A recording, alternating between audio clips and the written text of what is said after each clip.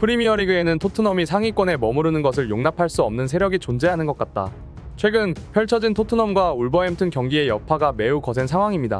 프리미어리그 공식 홈페이지에도 코리안가의 더비라고 공식적으로 관련 자료가 올라올 만큼 많은 주목을 받은 경기였지만 토트넘의 2대1 극장 역전패에 많은 의문들이 제기되고 있는 상황입니다.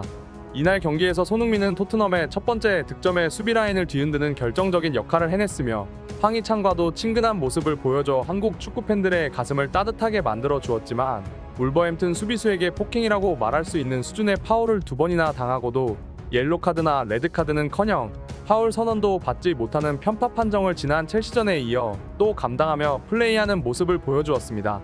이 폭행 장면 관련해서 영국 현지에서 쏟아지고 있는 프리미어리그 심판진에 대한 팬들의 단체 행동들과 이날 에릭 다이어가 보여준 수비 호러쇼에 대해 글로벌 사커에서 자세하게 알려드리겠습니다. 지난밤 울버햄튼의 홈구장인 몰리뉴 스타디움에서 토트넘과 울버햄튼이 맞붙는 손흥민과 황희찬의 코리안 더비가 펼쳐졌습니다. 경기 결과는 상당히 신기했는데요. 경기 극초반인 3분에 브레넌 존슨이 선제골을 터뜨리며 앞서 나간 토트넘이었지만 다시 경기 극후반 91분과 96분에 울버햄튼 극장골이 연달아 터지며 토트넘은 극적인 역전패를 당해야 했습니다.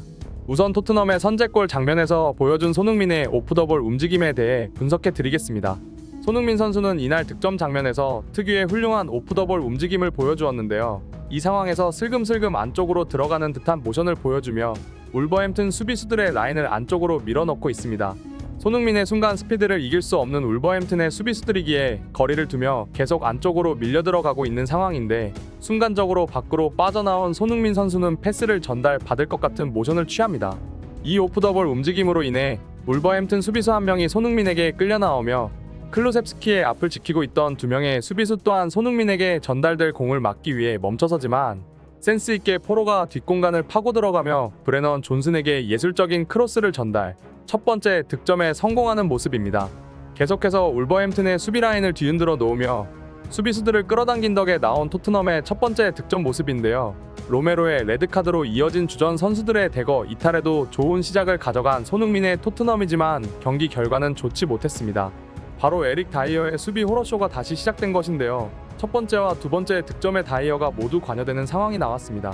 로메로와 반더벤이 모두 전력에서 이탈되며 토트넘의 가장 큰 골칫거리였던 다이어가 지난 첼시전에서 준수한 수비 실력을 보여주었지만 언제나 그렇듯 제 실력을 되찾은 상황입니다. 이 첫 번째 실점 장면에서도 그의 진가를 알 수 있는데요. 물론 이 득점 과정은 울버햄튼이 잘한 것도 있지만 다이어의 의욕 없는 산책 수비수의 결과라고 할 수 있는데 다이어는 사이드 지역에서 크로스를 막기 위해 수비하고 있지만 울버햄튼의 윙어가 사실상 노마크 찬스에서 올린 크로스라고 봐도 무방할 정도로 거리를 어이없게 멀리 두고 있었으며 올라가는 크로스도 몸으로 저지하지 못할 거면서 대충 서서 수비하며 득점의 결정적인 어시스트가 골대안까지 전달되게 하는데 아무런 역할도 하지 못했습니다.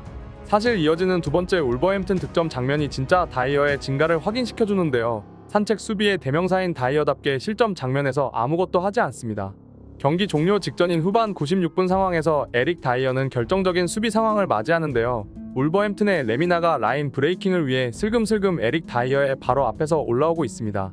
다이어는 수비수들의 기본이라고 할 수 있는 라인 조절도 제대로 하지 못하며 자신이 수비 라인의 가장 안쪽에 위치하며 오프사이드 라인을 스스로 안쪽으로 밀어넣고 있었습니다.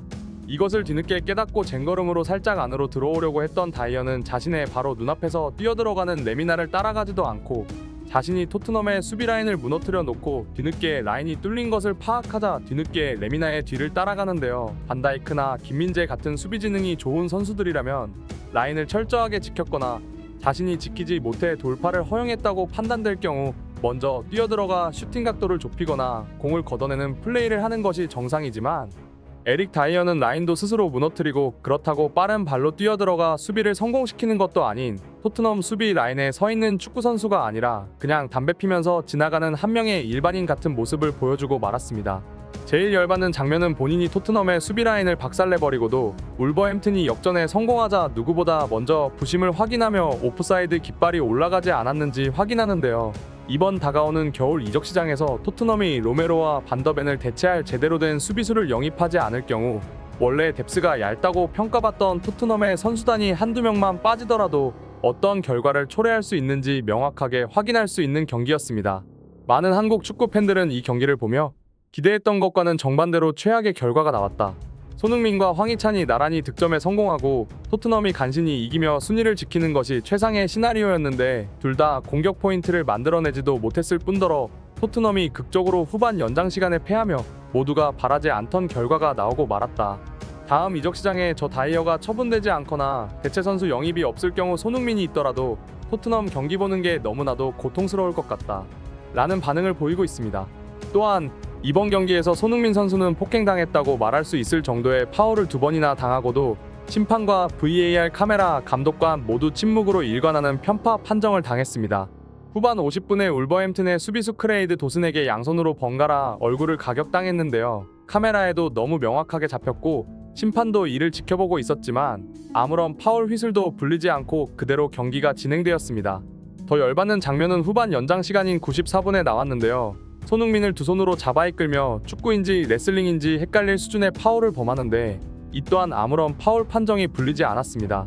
더 분노케 하는 장면이 연달아 나오는데 손흥민과 엉켜 넘어진 크레이그 도스는 일어서는 과정에서 일부러 손흥민의 급소를 밟으며 일어납니다.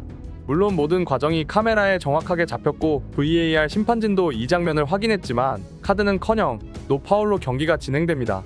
이쯤 되면 손흥민과 토트넘에게 지난 첼시전부터 말도 안 되는 수준의 편파 판정이 계속되고 있음을 알 수 있는데요. 손흥민이 이번 시즌 다시 부활한 모습을 보여주며 득점 행렬을 이어나가는 상황에 상대 수비수들의 거친 파울이 예상되긴 했지만 심판들이 이렇게 어이없을 수준의 편파 판정을 이어나간다면 선수 보호 차원에서라도 심판을 징계해야 한다는 여론이 영국 현지에서 나오고 있습니다. 안 그래도 지난 첼시전에서 9명으로 플레이하며 체력을 극한으로 갉아먹힌 손흥민 선수인데 심판에게서까지 제대로 된 보호를 받지 못한다면 이번 시즌 매우 힘든 상황이 펼쳐질 수도 있다는 예상입니다. 한편 영국 현지 팬들은 이브리그로 강등된 앤서니 테일러와 마찬가지로 첼시전 오심을 계속 일삼았던 마이클 올리버 주심에 대한 퇴진 서명운동을 시작했는데요.